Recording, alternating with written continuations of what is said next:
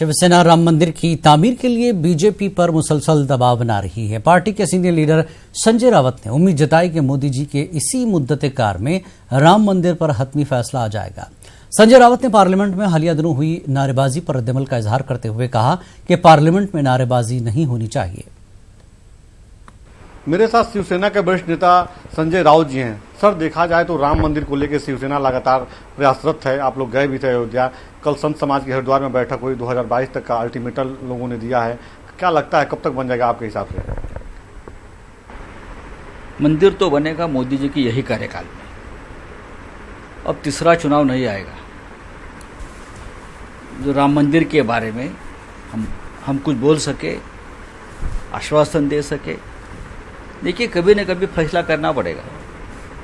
कितने दिन तक आप फैसला रोक कर रहेंगे, चाहे पार्लियामेंट हो, चाहे सरकार हो, चाहे न्यायालय हो।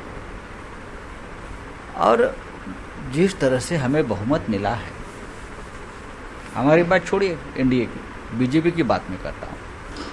303 ये बहुत ही भारी आंकड़ा है। 2020 तक राज्यसभा में आपका बहुमत हो जाएगा।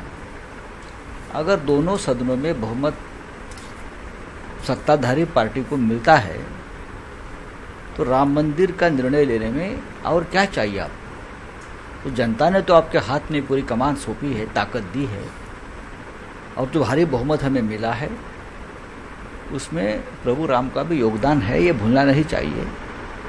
तो मुझे लगता है 2024 से पहले राम मंदिर का फैसला हो जाएगा।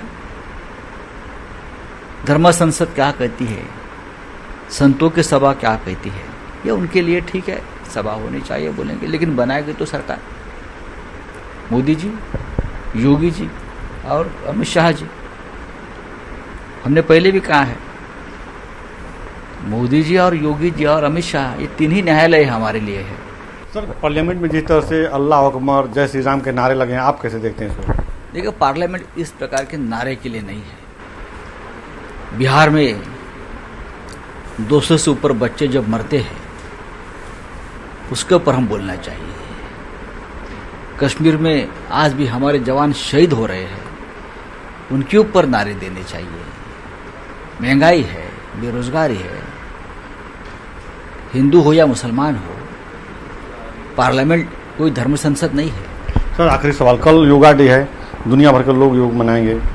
अच्छी बात है, मोदी जी ने एक नया मंत्र दिया है और पूरा विश्व फॉलो कर रहा है। तो धन्यवाद सर।